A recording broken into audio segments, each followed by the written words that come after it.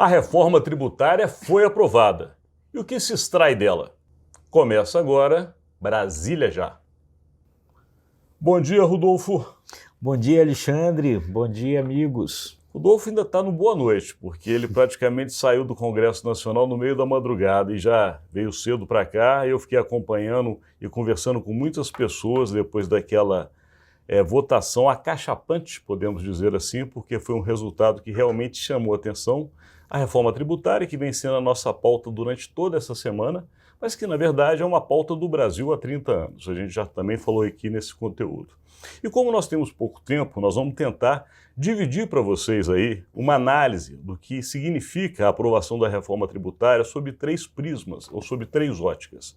Uma delas, claro, dos 2 homens mais poderosos do Brasil. O presidente da Câmara dos Deputados, Arthur Lira, e o presidente da República, Luiz Inácio Lula da Silva.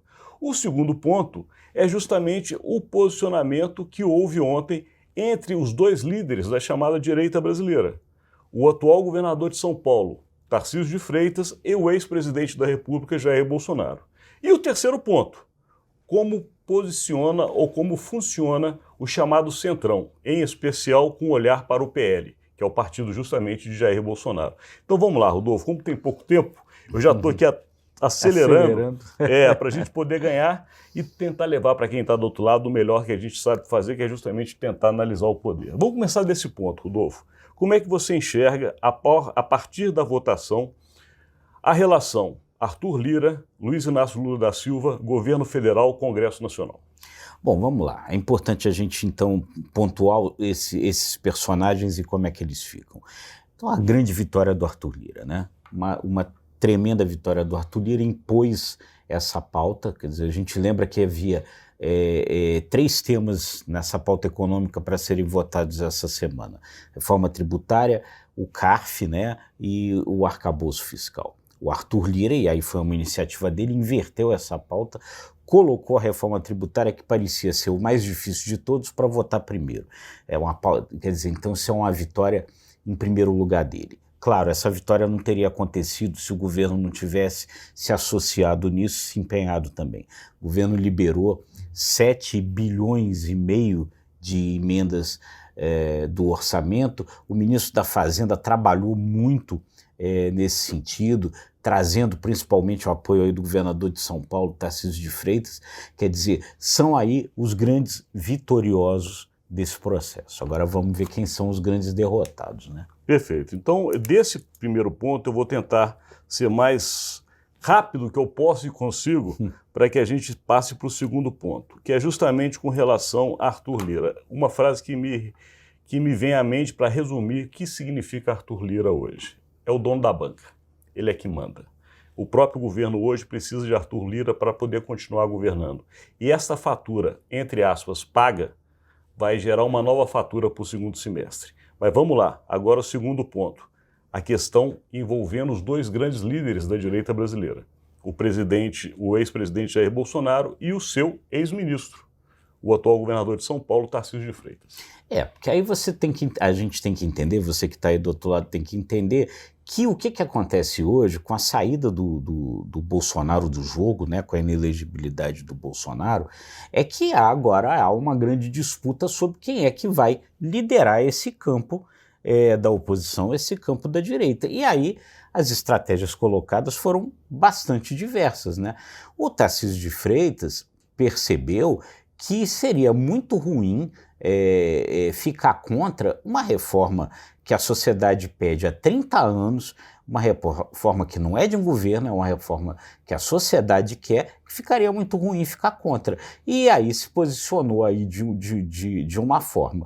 O Bolsonaro, vendo o peso que o Tarcísio passaria a ter com relação a isso, muito incomodado com a foto do Tarcísio com Fernando Haddad, resolveu se posicionar frontalmente contra a reforma tributária e ficou absolutamente isolado. Vamos imaginar o seguinte, amigos: esse é um congresso conservador, esse é um congresso de direita, né? Um congresso que já mostrou que pode derrotar o governo quando quer, Ontem, a votação contrária à reforma tributária no primeiro turno foi só 118 votos. No segundo turno, menor ainda, 113 votos. Então, isso mostra o tamanho dessa oposição radical, dessa oposição a qualquer preço, que é o tamanho aí hoje que segue mais o Bolsonaro, é isso, né? De um Congresso de 513, 113. Meu posicionamento com relação a esse segundo ponto, também de uma forma bem objetiva, Jair Bolsonaro sai enfraquecido, Tarcísio de Freitas sai fortalecido. Tarcísio de Freitas mostra que o caminho que vai se construir a candidatura para 2026 é justamente essa de posicionamentos mais brandos, mais direita, centro, centro-direita. Outro ponto que ficou muito claro também, a ciumeira vai pegar, porque se tem uma coisa aqui em Brasília a gente descobriu cobrindo política, é que pior que ciúme de mulher é ciúme de homem. E esse negócio de Tarcísio de Freitas junto a Jair Bolsonaro, com a disputa que ontem ficou clara, dando a Tarcísio de Freitas no campo político uma vitória, vai gerar uma ciumeira muito forte. Não tenha dúvida, quer dizer, isso aí é um...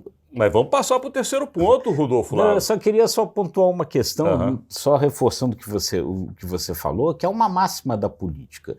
O maior adversário de um político não é aquele que se opõe a ele, o maior adversário de um político é aquele que disputa o mesmo espaço que ele. E então é isso que explica a rivalidade que se coloca agora. Sabe tudo de política. Vamos lá, agora terceiro ponto, que é fundamental para a gente fechar o raciocínio nessa análise de hoje. A questão dos posicionamentos das bancadas. Como funcionou o Centrão ontem, em especial também o PL, que é justamente o partido do presidente Jair Bolsonaro. Então, aí você vê como essa conformação aí mudou. Quer dizer, hoje então, quem comanda, isso a gente já percebia de alguns tempos, mas ficou muito claro ontem, quem comanda ali os ânimos da Câmara é esse chamado Centrão, comandado pelo Arthur Lira, que vai para um lado ou para o outro, conforme ali esse grande líder manda. E aí o que acontece? O Republicanos, partido do Tarcísio de Freitas, deu mais de 90% dos seus votos, 95% dos seus votos para a reforma tributária. E o PL, que foi o único partido, o único de todos os partidos, a orientar um voto contra a reforma, deu 20 votos a favor da reforma. Então, uma bancada de 99, 20 deputados do PL votaram a favor da reforma tributária. Perfeito. Com essa análise aqui de Rodolfo Lago, os meus pitacos, vamos dizer assim, no que eu vi também ontem, conversei com algumas pessoas, a gente consegue tirar... são importantes. A gente consegue tirar uma avaliação e uma análise para você que está do outro lado de como funciona Brasília. Lembrando que o assunto foi acabado na Câmara, mas inicia o processo novamente no Senado. Claro. Os 2 turnos de votação com os deputados determina também 2 turnos de votação com os senadores. E aí a gente sabe, o jogo é outro. A casa muda e também a forma de se lidar com o assunto também vai ser mudada. De qualquer maneira, Arthur Lira entregou o que prometeu e a gente encerra essa semana fazendo essa análise, uma semana inteira que nós chamamos de super semana com a pauta econômica. Lembrando, apesar da reforma tributária, o CARF e o arcabouço fiscal ficaram para depois. Ficaram para depois, mas o país aprovou uma reforma que ansiava há muito tempo. Realmente foi uma semana muito importante aqui em Brasília. E nós agradecemos a sua audiência. É isso aí, gente. Muito obrigado pela audiência. Curta, compartilhe, se inscreva aí nos nossos canais. E até segunda-feira. Até segunda-feira, um bom fim de semana.